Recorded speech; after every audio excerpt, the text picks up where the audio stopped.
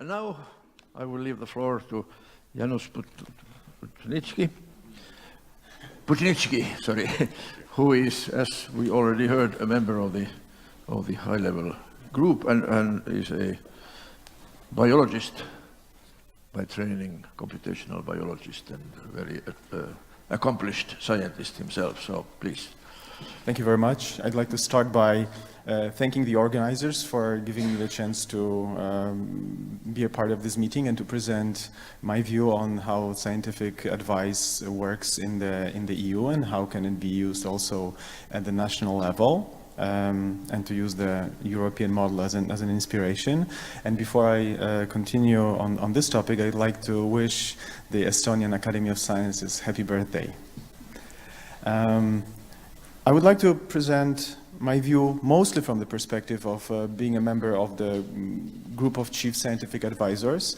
But in this context, I have to say that I've been involved in not only in science for policy, but also policy for science at the national level. And I'm representing Poland in the European Forum of Scientific Advisors. So there will be several different perspectives included in the presentation today. Well, policy and science in European Union and with respect to the European Commission, of course, have many different links, and it is important to remember that science and policy are about different things, and sometimes they meet, and when they meet, it should be remembered that they come from slightly different angles. Science is typically objective and based on evidence, and policy is often normative and based on values. But of course, it doesn't mean that policy is not based on evidence or that scientists have no values. And these things very often are mixed, and sometimes it's very important to see where the boundary is, and where the boundary is blurred, it is also important to acknowledge this. The European Commission has set up different mechanisms for policy for science advice and science for policy. And from my experience, both at the EU level and the national level, it is good to keep these mechanisms separate and not to have the same person advise for both issues, because then it becomes circular, and when the advisor provides recommendation for science, then they are involved also in designing the funding schemes for science, so they can be self-serving, or at least be accused of being self-serving. So in a given context, it's good to play a separate role. And this also this is important also from the point of view of science communication and relationships with different stakeholders. So sometimes it's better that for a given issue that concerns science and policy, there is a group of people and a different person speaks to the government and to the policymakers, and a different person is the science communicator to the public, because this requires different language, and sometimes the use of different language in different situations may be interpreted as not telling the same thing. According to Roger Pielke, there are several different archetypes of scientific advisors. One is the pure scientists, and many of the members of the academies would probably subscribe to this attitude. A pure scientist is mostly focused on research, and after the research is done and the evidence is collected and interpreted, the pure scientist would communicate these facts without considering the political context. So pure facts, regardless of what these facts are used for. Another attitude is being a science arbiter and to answer the questions from policymakers. So unlike the pure scientist, there is interest in the question being asked, but only when the answer is provided, then the policymaker is left with the answer, whether it's right or wrong in the given context, whether it is aligned or misaligned with the needs. The science arbiter has a message, but then there's no conversation with the policymaker. There are issue advocates, experts and scientists who have some agenda, and they use research results to influence that agenda. narrowing the scope of choices that the politician and the policymaker has. And in this context, it can be dangerous if this issue advocacy is a stealth advocacy, and so it is hidden in another action. And of course, in this context, there is a danger of cherry picking and presenting only the evidence that suits the given political agenda, while ignoring the other evidence. And the fourth model, described by Roger Pielke, is the honest broker, who engages actively with policymakers to work on a specific problem. And the model here is to have a discussion with the policymaker already at the time of the question being asked, and not only at the time when the answer to the question is given, and also after the answer is given with the follow-up to the advice. And as Robert Jan Smits has mentioned, the European Commission has identified the strong need for scientific advice that would be timely and of high quality. And there is a trade-off between these two issues. Of course, it is difficult to give very high quality advice on a very short time scale. And there are, of course, many different types of advice that can be given. In times of crisis, there needs to be a very quick advice. And for this, very specific types of experts are required. While in the strategic planning, a different type of evidence and gathering and presentation may be applied. So depending on the time scale, there could be a very different way of giving advice to policymakers. It is important, as Robert Jan Smits has already mentioned, that the advice would be independent of institutional or political interests. The Commission has its own mechanism, or actually many different mechanisms that are internal, and of course they serve the purpose, but the independence gives the possibility for the advice to be much more objective, or at least to be perceived as much more objective by many different stakeholders, especially if the whole mechanism and the advice itself is transparent. And of course, it is very important for the advice to be comprehensive. So the advice system should bring together evidence and insights from different disciplines and approaches, but also from different perspectives. So it is important to have experts who come from different regions of Europe and have different background, and also cultural background. And there are different values that are brought together to the entire mechanism. And for the European Commission, it is also important that this mechanism is complementary to what exists. And since the European Commission works on the basis of the principle of subsidiarity, this means that the mechanism should not step into the kind of advice that is given at the national level. So the principle of subsidiarity means that the European Commission acts where in the area that is not taken care of by the individual member states, who have their own advice and who have their own role. So that we ensure complementarity as well as the synergy. The overall system works in such a way that the European Commission meets policy challenges, and it's assisted by the scientific advice mechanism in addressing these policy challenges.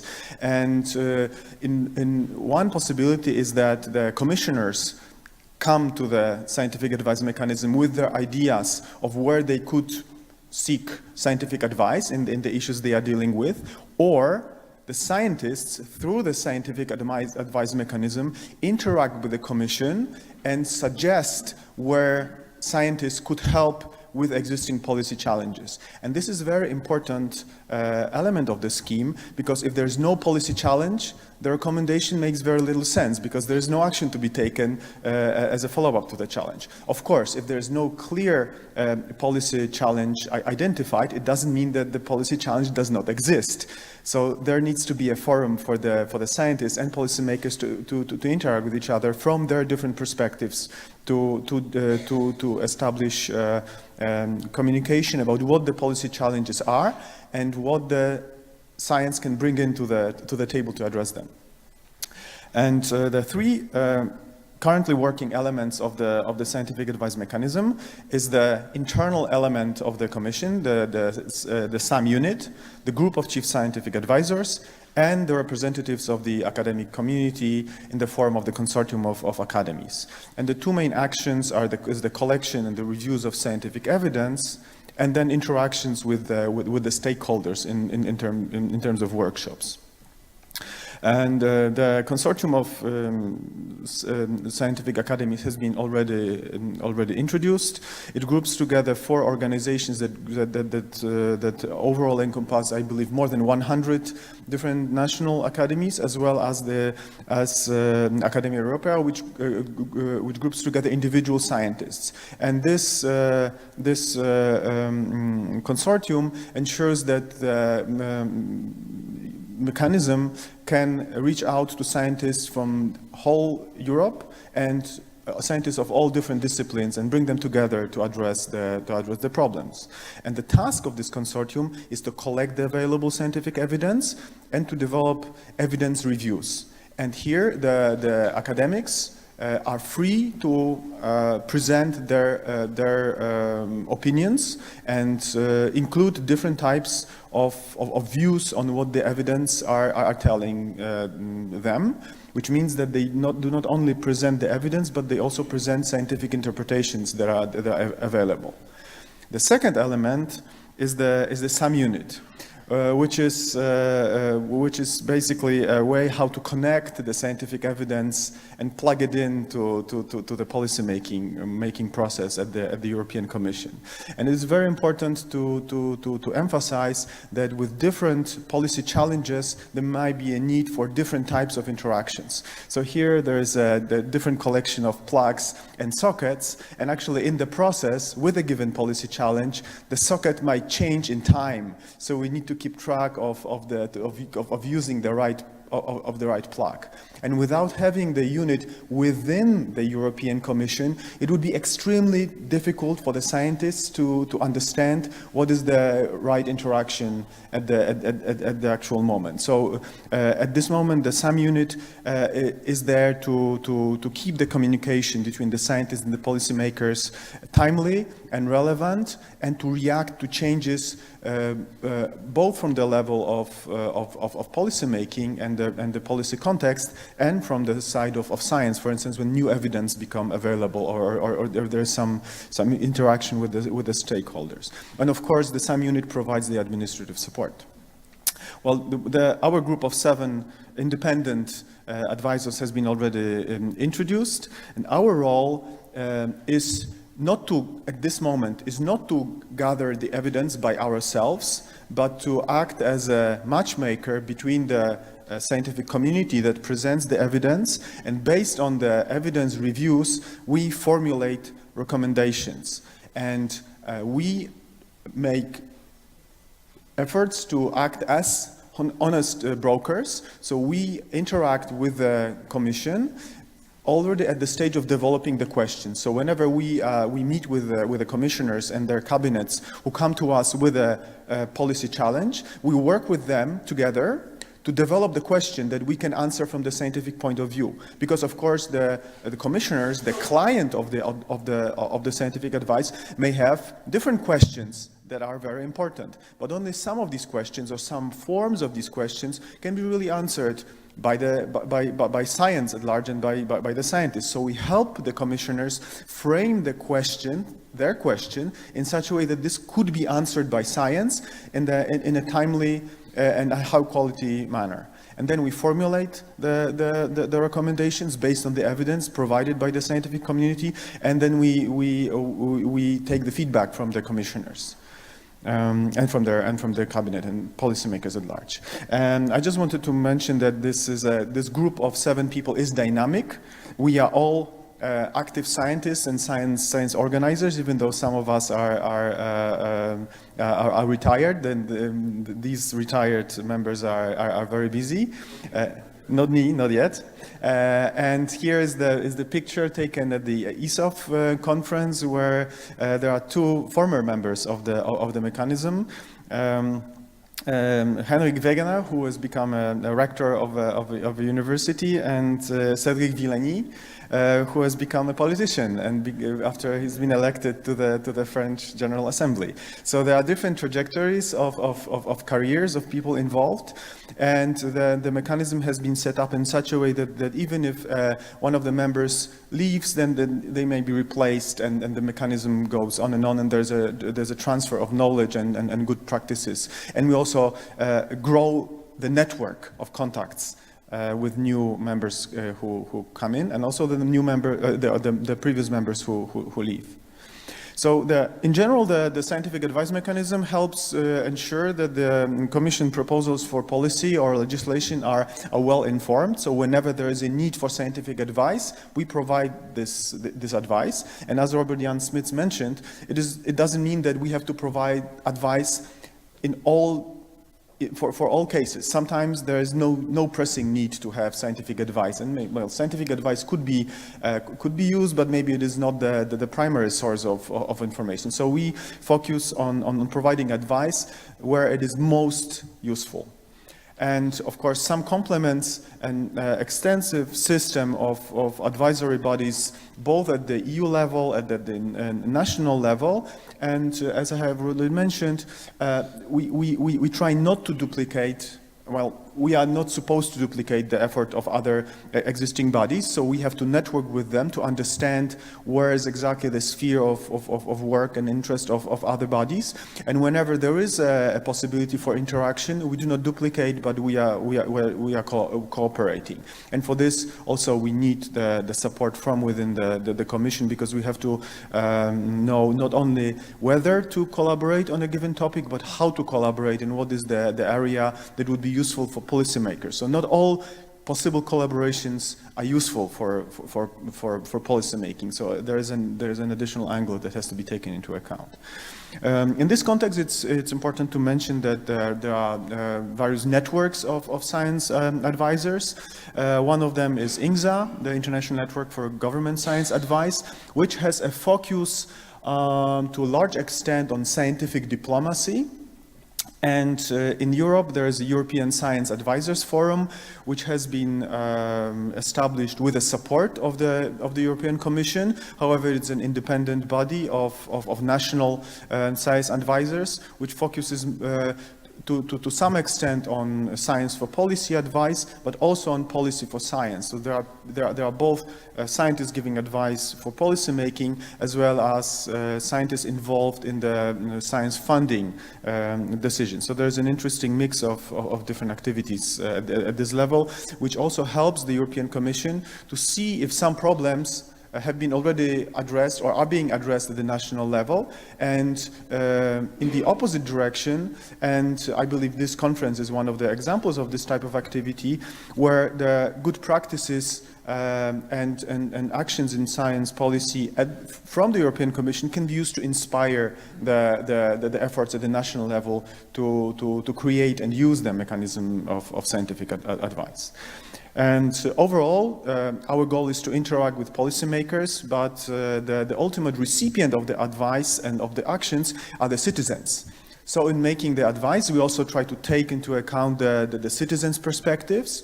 And in our work, we do not only interact with other scientists, but we, together with SAPIA, take part in a system of organizing workshops where different stakeholders are invited from the society at large, from non-governmental organizations, from the industry, whoever is interested in advice and can contribute to the process in a transparent way.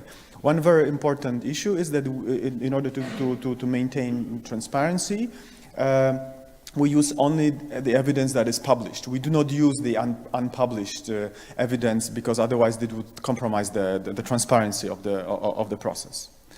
I will just very quickly mention our work so far. Our initial our first scientific opinion on CO2 emission by light vehicles has been developed before SAPIA joined the consortium. So it was us, the group of chief scientific advisors, that organized the whole process and consultations and the workshops. This was also followed by the scientific opinion on cybersecurity in the European digital single market, where we used to some extent the help of the academies, especially in establishing the workshops and in identifying the experts, because this is where the academies can use their extensive network of contacts to identify who are the people who have access to the knowledge. Then there was one situation where we had to produce advice very quickly on a very specific issue, namely the glyphosate as a plant protection product, and the crisis that resulted from two different advisory bodies giving different statements about supposedly the same set of evidence, and we had to explain why this was not really the case, because the sets of evidence are slightly different and the scientific methodology was different. But this required us to act in a very fast way. Subsequently, we developed the explanatory note on gene editing, and here I need to mention the difference between explanatory note and the opinion. In the opinion, we give recommendations. In explanatory note, we stop from giving recommendations. We essentially explain what the science has to say about a particular topic. Now the most recent works have been developed in close collaboration with SAPIA, where SAPIA organized the evidence reviews, and the evidence reviews were published along with the recommendations that built on these reviews and were informed by it. So this concerned food from the oceans, carbon capture and utilization, and pesticides and regulations of pesticides at the European level, both the EU and the national level. And currently we are working on some further projects that have high importance for policymaking. One is the microplastic pollution. What is the scientific perspective on this burning issue, which is of course important worldwide. Another topic that has been discussed yesterday, making sense of science under conditions of complexity and uncertainty. This is of course another issue that is extremely important for science at large, and a topic that is very important for the society is transforming the future of aging. And so far, essentially all the recommendations and all the documents that we have published had an impact on the decision-making process. And it is very important that we have addressed the true existing needs, and we responded to questions from the commissioners about the policy challenges they were facing, so there could be a reaction. So there was an impact assessment of the new regulation on car emissions that relied on our initial opinion. The cybersecurity opinion has also led to some feedback from the European Commission as well as European Parliament. Robert Jan Smith already mentioned that the legal services used our explanatory note on new techniques in agricultural biotechnology. Food from the oceans has resonated a lot in the scientific community and in the European Parliament, and also with the NGOs. And our opinion on pesticides has been recently used and commented on by several different bodies, especially in the European Parliament. They requested the presentation, and the draft report of the European Parliament Committee referred to the opinion and essentially repeated many of the recommendations we have made, including the suggestion that the group of chief science advisors could be used as scientific arbiters in the situation where some other bodies cannot agree on what is the status of science.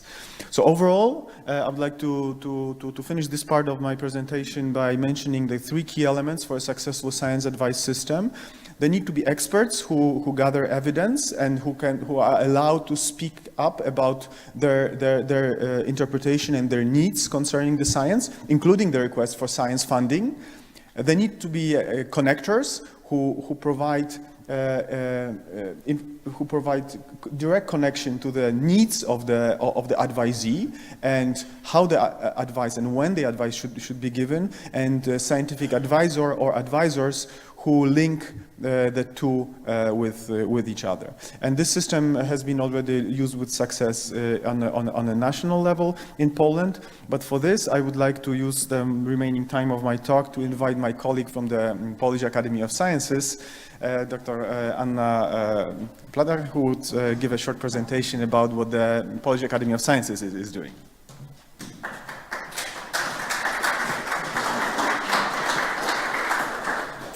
Thank you very much. Thank you to the organizers for this kind invitation to this exciting event, and also thank you to Janusz for giving me the opportunity to share with you some thoughts on the national perspective from the National Academy of Sciences on scientific advice. I will go very briefly just to give you our thoughts in a nutshell. My name is Anna Plater, and I'm the head of international at the Polish Academy of Sciences. Polish Academy is not a typical academy because we are working in 3 different ways. First, we are predominantly a network of research institutes. We have 69 research institutes working in all fields of sciences. And I could speak a lot about research institutes that we have, but just to give an idea, the smallest one is 30 people, the largest one is 1,100. So they vary in scale. Second, we have a General Assembly. Approximately 300 elite researchers coming from the universities and from research institutes of the Academy. They are the voice of the Polish scientific community, and this is the most prestigious scientific body that we have in Poland. Of course, Janusz being a part of that body. The youngest member, yes. And then the third way, we have scientific committees and task force committees, which are either temporary or permanent structures representing scientific communities, fields, or that are problem-oriented. This very brief insight to the Polish Academy serves me to show you that the basic structure for science advice is there. We are, as Janusz said, we are quite good in identifying the best people that we have. And also we are ready to go with providing the opinions. What's more, Polish Academy by law is requested to formulate opinions and to provide scientific advice on the request of the government or on its own initiative. So this serves me to show you that the structure is there, and Janusz asked me just to say a few words about what works and what doesn't. So in a nutshell, because I have 3 minutes left, I will say that the policy for science works. We have quite a good standing relations with the ministry, and for example, this month, after 2 years of preparations, together with the Ministry of Sciences, we were able to implement a legal act reforming the higher education and research area in Poland. So this is a success story. What doesn't work is the other side, so the scientific advice for policy making. In order to provide advice, there have to be people who are ready to provide advice, there have to be people who are ready to receive the advice, and there has to be a platform for doing so. So,